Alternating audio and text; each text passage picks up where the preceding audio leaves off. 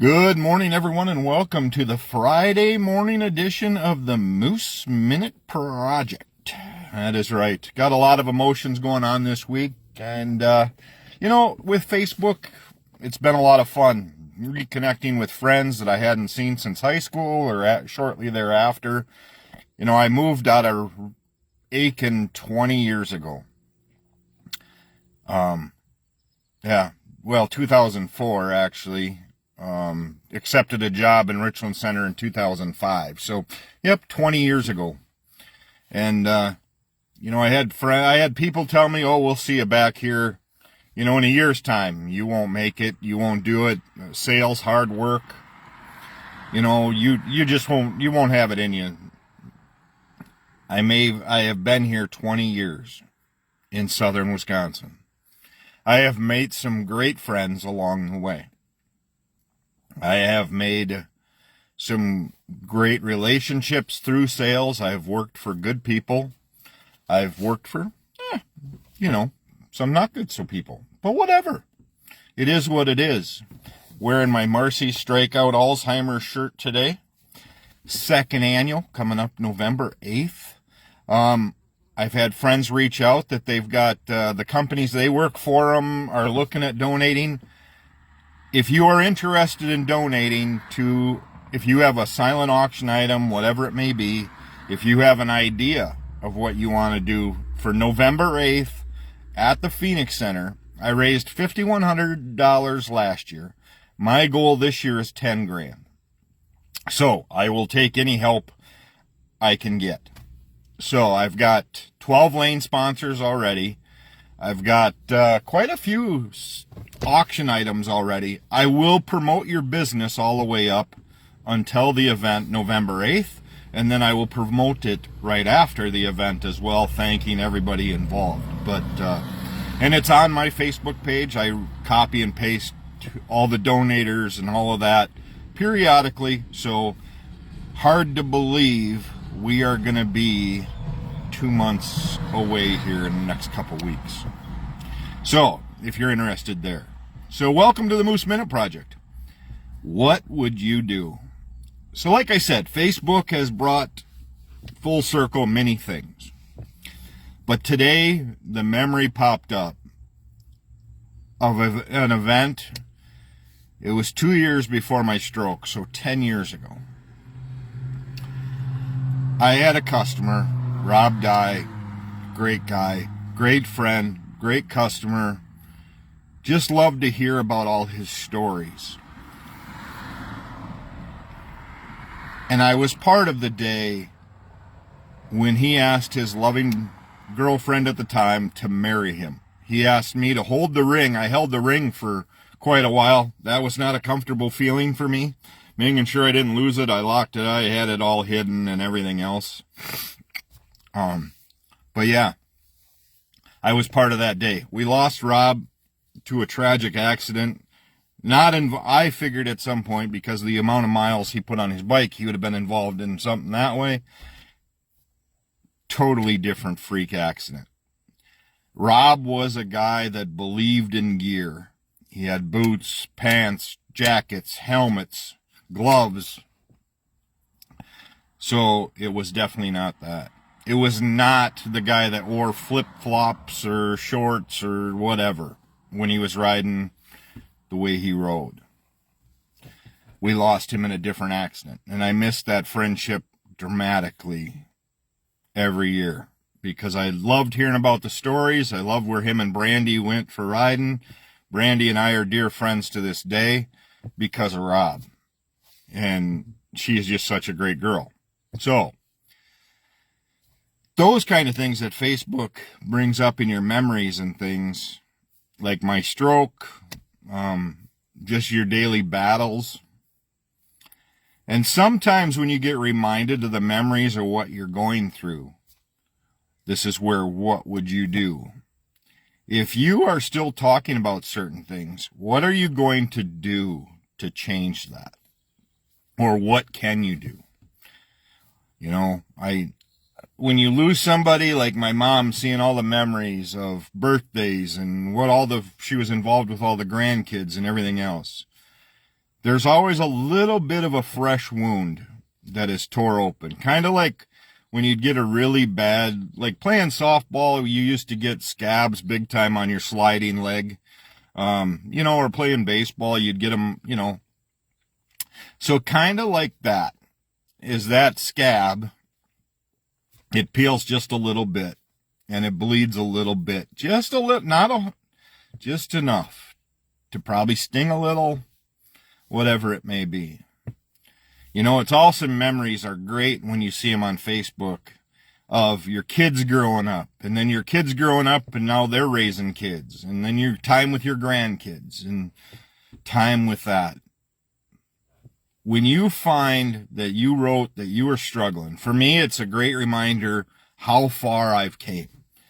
When I look at my posts from 8 years ago when I first had my stroke to where I am today, it reminds me that I have been very blessed. But I also see posts of some of the things from the past that I'm still struggling with today.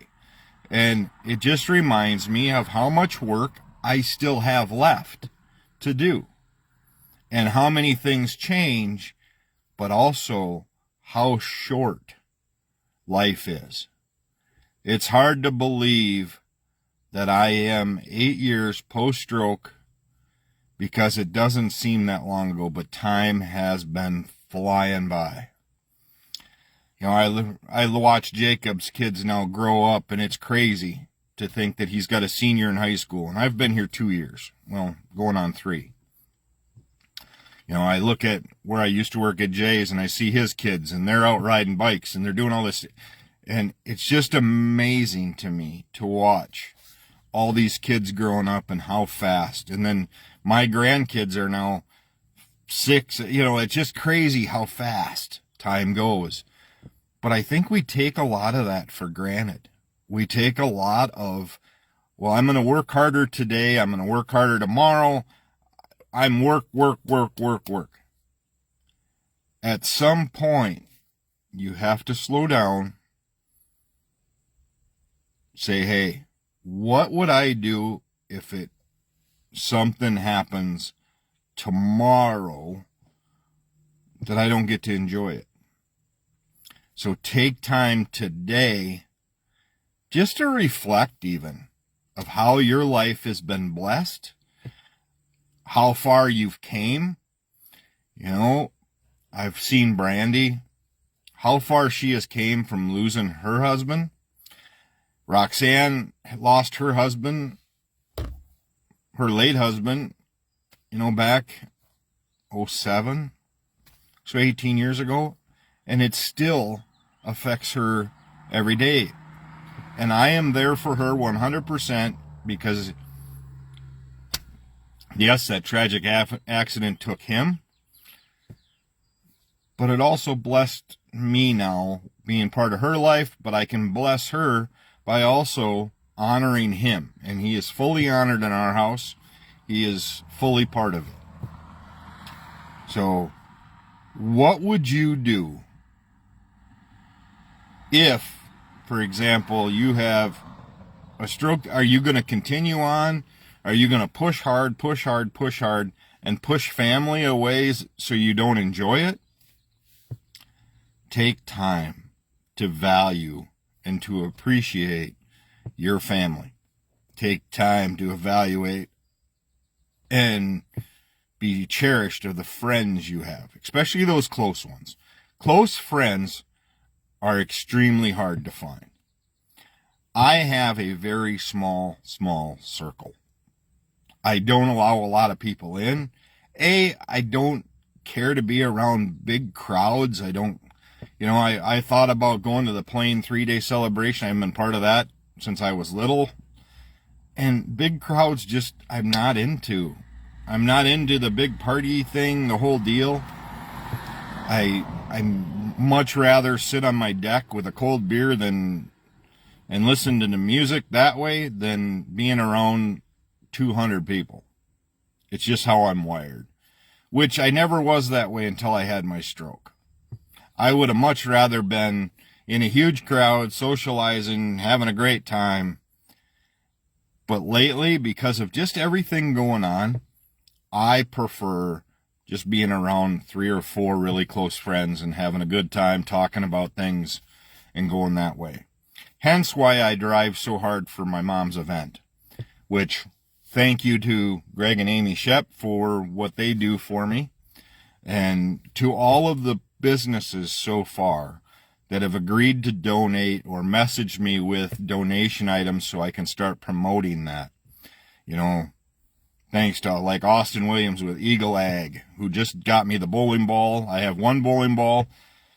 I'm probably going to have 2. I'm guessing that we'll have 2. I haven't heard on a second one yet. But thanks to Chasson Smoke, TKO, Honkers, Jones Chevrolet, Turbos, you know, the Lonesome Dove. It just continues to go on. And if you're wondering about what's available, if you go to my events page, you can see it all there. But my answer to what would you do, so when I lost my mom, which she was my coach, she was my biggest cheerleader when it came to bowling. She never got to go see me bowl in college at any of the traveling tournament stuff because we were in other states and she always had to work. But she was my biggest coach, my biggest fan when it came to bowling. When I lost her to Alzheimer's, I said, what am I going to do to honor her? So what can you do to leave some form of stamp of what you have going on? What kind of things can you do for your community? What can you do for your family? What can you do, or what will you do to help whatever it may be? Are you able to bless other people? Are you able to, I look at Door County, the Cherry Hut in Trent up there and Bridge Up Brewery. He helps with free laundry and haircuts and stuff in Sturgeon Bay for the needy.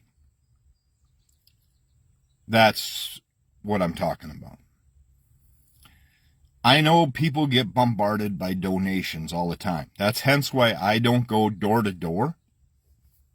I was part of that for many years. People coming in, handing you a flyer. What do you got? What do you got? What do you got? I'm not going to do that. I promised myself I would not. I'll ask those that I know around me, that I feel confident to ask, or that I have business with, or been business part of. But I will not just go to random stores. That doesn't make sense to me unless that business knows what I'm offering as far as advertising their name, getting their names out. Then that's what it is. But what would you do, or what will you do to make life a little better when we see mental health where it is today, where we see things going on draining people out? We found the girls now, that the 22-year-old they found in the river from a late night bar scene. They found now the girl in Platteville, 22 years old. You hear like Ann Burrell, the major chef that was on the Food Network, died from suicide. Or that's what they're labeling as suicide. So it's not always Robin Williams. It's not always money. Just because you're rich doesn't mean you don't have problems. It takes a lot to battle through all this. So do you reach out? Do you get help? Or are you just going to tough it out? Do you have a support network at home? Do you have those few friends that you can call when shit goes sideways? I have one really good friend. Yes, he lives 3 or 4 states away, but I guarantee you if I called him and just said, I need to talk to you for this amount of time, and I don't care if it was 2 in the morning or 3 in the afternoon, he would answer the call, just like I would for him. But I do not have that big group because I don't feel... I don't need people, talking about other people around. If you're around people that talk about other people, they're doing the same to you somewhere else. It's just a given fact. I mean, you can tell me, no, we're really good friends. He'd never say that about. If he's telling, or group is talking about other people, they're doing the same thing about you. I've lost friendships. I've lost a lot of things just because I'm very face to face, very black and white. I don't have a good gray area. So that's where we're at today. What are you going to do? What are you going to do to make things better around your community and help with mental health, security, whatever it may be, to where people feel secure?